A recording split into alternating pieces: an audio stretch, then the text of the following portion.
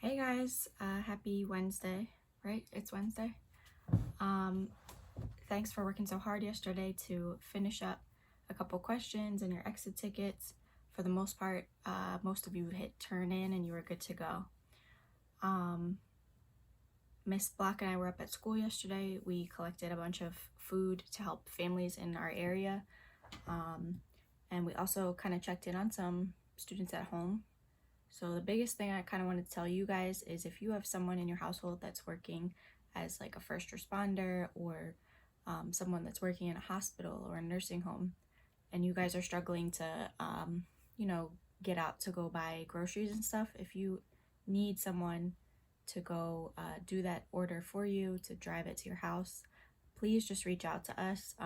It's definitely something we want to help with and make sure that people that are working a lot during this pandemic, that you aren't stressing about picking up food and stuff for your families, okay? So reach out to us if you need something, and yeah, it's going pretty good.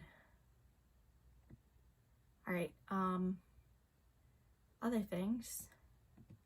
Today is technically a half day, so again, I don't really usually change the work for half days. It should still only take you, 15 to 20 minutes to do your work for reading class. But just know that for your other classes, you are on a shortened schedule. But yeah, we're going to just keep moving forward. Today, you're going to open your notes that say day 8. We are reading in the text from 54 to the end of the chapter, okay? So in your last video, I think I read up to page 54 accidentally. So we should be all caught up. All right, today your journal is, has there ever been a place that gave you a bad feeling? Tell me about it in 10 lines or more. So I'm trying to think of like some creepy places I went to as a kid. I know in high school there was like some like abandoned train that we all drove to and like walked in, and if you could walk all the way through one of the cars, you were like, cool. But I chickened out and couldn't walk through because it's really scary. But what is a place that you could think of that like really creeped you out, maybe when you were younger? It's kind of weird too to admit this, but I also have a grandparents' house that everything was just like really old and looked weird to me as a kid, so that really creeped me out. So that's your journal today if you want to pause the video to write your 10 lines. Wow, that was fast. You wrote your 10 lines? You counted them? 1, 2, 3, 4, 8. You did? Cool. And a lot of you I've been like leaving feedback for, and if you don't write 10 lines, I tell you, and you've been pretty good about going back, so thank you. All right, we are going to start our read aloud till the end of this chapter. All right, we crouched in the weeds beside the railroad tracks, listening to the whistle grow louder. The train slowed to a screaming halt. Now, whispered Johnny. We ran, and pulled ourselves into an open boxcar. We pressed against the side, trying to hold our breath while we listened to the railroad workers walk up and down outside. One poked his head inside and we froze. That's so weird that I was talking about a railroad car earlier, and now they're in a railroad car. But he didn't see us. And the boxcar rattled as the train started up. First stop will be Windricksville, Johnny said, laying the gun down gingerly. He shook his head. I don't see why he gave me this. I couldn't shoot anybody. Then, for the first time, I realized what we were in for. Johnny had killed someone. Quiet, soft-spoken little Johnny, who never hurt a living thing on purpose, had taken a human life. We were really running away, with police after us, for murder and a loaded gun by our side. I wished we'd asked Allie for a pack of cigarettes. I stretched out on Johnny's legs for a pillow. Curling up, I was thankful for Dally's jacket. It was too big, but it was warm. Not even the rattling of a train could keep me awake. And I went to sleep in the hoodlum's jacket with a gun lying next to my hand. All right, let's just check in with our questions. All right. Number 1 says, what are we learning about Johnny's character? Again, we could cite that he would never hurt anybody. So if you want to scroll back up to 54, quiet, soft-spoken little Johnny would never hurt a living thing on purpose. So that's something new maybe that we've learned about Johnny. That's 54. All right. Also, you know, that he took a human life, so he's like no longer an innocent character. All right. Now we gotta go to our inner thoughts and feelings here. Okay. I was hardly awake when Johnny leapt off the train into the meadow. Not until I landed in the dew and had got a wet shock did I realize what I was doing. Johnny must have woken me up and told me to jump, but I didn't remember. We lay in the tall weeds and damp grass, breathing heavily. The dawn was coming. It was lightening the sky in the east, and a ray of gold touched the hills. Again, guys, remember when we talked a lot about like light and dark in Lord of the Flies, and that being symbolic? In this, you know, scene where they're starting to get introduced to Windrixville, there is a lot of like light and dark. So seeing that golden place touching the hills, this might actually be a peaceful and good place for Pony and Johnny to hide out. Gold, it should be a positive feeling that you get when you see that. The clouds were pink and meadowlarks were singing. This is the country, I thought, half asleep. My dreams come true, and I'm in the country. Blast it, Pony Boy. Johnny was rubbing his legs. You must have put my legs to sleep. I can't even stand up. I barely got off the train. I'm sorry, why'd you wake me up? That's okay, I didn't want to wake you up until I had to. Now we have to find Jay Mountain, I asked Johnny. I was still groggy with sleep. I wanted to sleep forever, right there in the dew and the dawn. Go ask someone. The story won't be in the paper yet. Make like a farm boy taking a walk or something. I don't look like a farm boy, I said. I suddenly thought of my hair, combed back, and the slouching stride I used from habit. I looked at Johnny. He didn't look like any farm boy to me. He still reminded me of a lost puppy who'd been kicked too often. But for the first time I saw him as a stranger might see him. He looked hard and tough, because of his black t-shirt and his blue jeans and his jacket, because his hair was heavily greased and long. I saw how his hair curled behind his ears, and I thought, we both need a haircut and some decent clothes.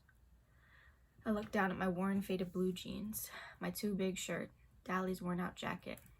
They'll know we're hoods the minute they see us, I thought. I'll have to stay here, Johnny said, rubbing his legs. You go down the road and ask the first person you see where Jay Mountain is. He winced in pain in his legs.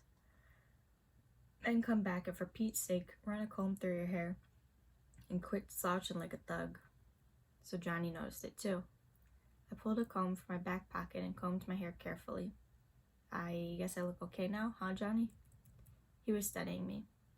You look an awful lot like Soda Pop, the way you got your hair and everything. I mean, except your eyes are green. They ain't green, they're gray, I said, reddening. And I look as much like Soda as you do. I got to my feet. He's good looking. Shoot, Johnny said with a grin. You are too. I climbed over the barbed wire fence without saying anything else. I could hear Johnny laughing at me, but I didn't care. I went strolling down the red dirt road, hoping my natural color would come back before I met anyone. I wonder what Derry and Soda Pop were doing now, I thought, yawning. Soda had the whole bed to himself for once. I bet Derry's sorry he ever hit me. Okay, the guys, on page 56, this is where we should stop to answer question 2. So for the first time, he's having kind of his own thoughts and feelings. I guess earlier he was having internal thoughts about his and Johnny's appearance. So you could have cited that. He was feeling like they needed to disguise themselves and change their identity. But I think the best piece of evidence of, you know, what's going through his head right now is this moment right here. He's imagining what his brothers were doing. It's definitely showing that he misses Soda and Derry. So again, for number 2, we should cite from page 56. It's the second paragraph from the bottom. All right, so he's just like wondering what his brothers are doing, and that reveals that he misses them. I bet Derry's sorry he ever hit me. He'll get real worried when he finds out that Johnny and I killed a Soch. Then for a moment I pictured Soda Pop's face when he heard about it. I wished I was home. I thought absently, I wish I was still in my bed. Maybe I am. Maybe I'm just dreaming. It was only last night that Dally and I had sat down behind those girls of the nightly double. Glory, I thought with a bewildering feeling of being rushed. Things are happening too quick, too fast. I figured I couldn't get into any worse trouble than murder. Johnny and I would be hiding for the rest of our lives. Nobody but Dally would know where we were. And he couldn't tell anyone because he'd get jailed for giving us that gun. If Johnny got caught, they'd give him the electric chair. If they caught me, I'd be sent to a reformatory. So guys, the term like electric chair, it means like if you were put to death for a crime that you've committed. The death penalty is, if somebody wants to like Google it and write in the comments how many states have it currently, but it's not like that anymore. It's not an electric chair. It's usually like a lethal injection. They would just like inject you and you pass away. Okay, so every time you see electric chair, if you didn't know what that means, that's what it means. I'd be sent to a reformatory. I'd heard about reformatories from Curly Shepherd, and I didn't want to go to one at all. So we'd have to be hermits for the rest of our lives and never see anyone but Dally. Maybe I'd never see Derry or Soda Pop again, or even Two-Bit or Steve. I was in the country, but I knew I wasn't going to like it as much as I thought I would. There are things worse than being a greaser. I met a sunburned farmer driving a tractor down the road, and I waved at him and he stopped. Could you tell me where Jay Mountain is? I asked politely. He pointed down the road. Follow along this road to that big hill over there. That's it. Are you taking a walk? Yes, sir. I managed to look sheepish. We were playing Army, and I'm supposed to report to headquarters there. I can lie so easily it spooks me sometimes. Soda says it comes from reading so much, but then Two-Bit lies all the time too, and he never opens a book. Boys will be boys, the farmer said with a grin. And I thought dully that he sounded as corn pony as Hank Williams. He went on and I walked back to where Johnny was climbing. Okay guys, I think that's it for today. So we read aloud again from page, I think it was 50, sorry. We read from 54 to 57 today. We answered 2 questions because it's a little half day, and we wrote a journal. Okay, that's it for today. I will post a video tomorrow at the end of the reading, going over the last 2 questions and the exit ticket. Again, if you're someone that's like running behind some days, it might be good today to just finish reading the chapter and do your notes now. Get a head start. Okay? I miss y'all. Message me on Remind. Again, if your family is in need of anything dropped off or some errands run for them, please just reach out to us. We got plenty of people to help out. All right? Love you. Miss you. See you soon.